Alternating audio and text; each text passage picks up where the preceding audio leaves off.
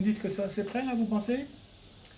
Depuis plus de 25 ans, les écoles des parents et des éducateurs ont inventé et créé ce dispositif très particulier qui s'appelle les cafés des parents. D'ailleurs, ce terme est déposé, propriété d'une certaine manière des écoles des parents.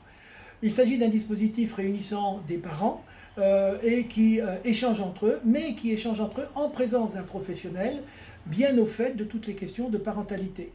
Ce dispositif rencontre un succès qui ne se dément pas depuis de nombreuses années et qui s'explique en grande partie par les difficultés ou en tout cas la complexité de la tâche de parentalité aujourd'hui. La parentalité est devenue quelque chose de relativement complexe et les parents de ce point de vue-là ont besoin d'être aidés. Ils y trouvent cette aide au niveau des cafés des parents.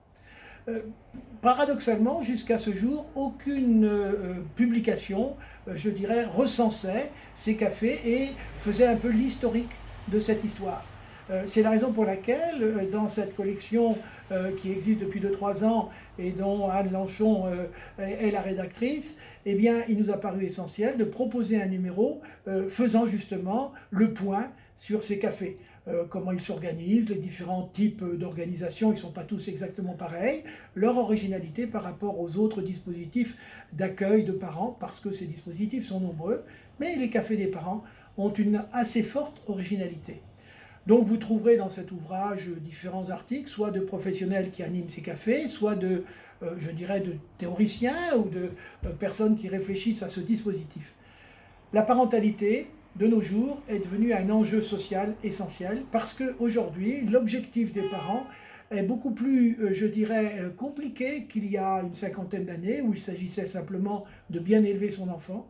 Aujourd'hui, l'objectif des parents, c'est de faire en sorte que leur enfant soit épanoui et que le potentiel de chaque enfant se déploie au mieux.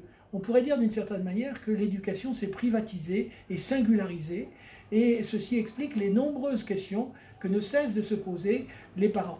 Quand ils sont face à un professionnel, il y a toujours une position un petit peu comme ça verticale avec l'expert. Quand ils sont entre eux, les parents se questionnent, se font des remarques, se renvoient la balle d'une certaine manière, et il y a une dynamique dans ces cafés des parents qu'on ne retrouve pas justement dans les consultations plus habituelles.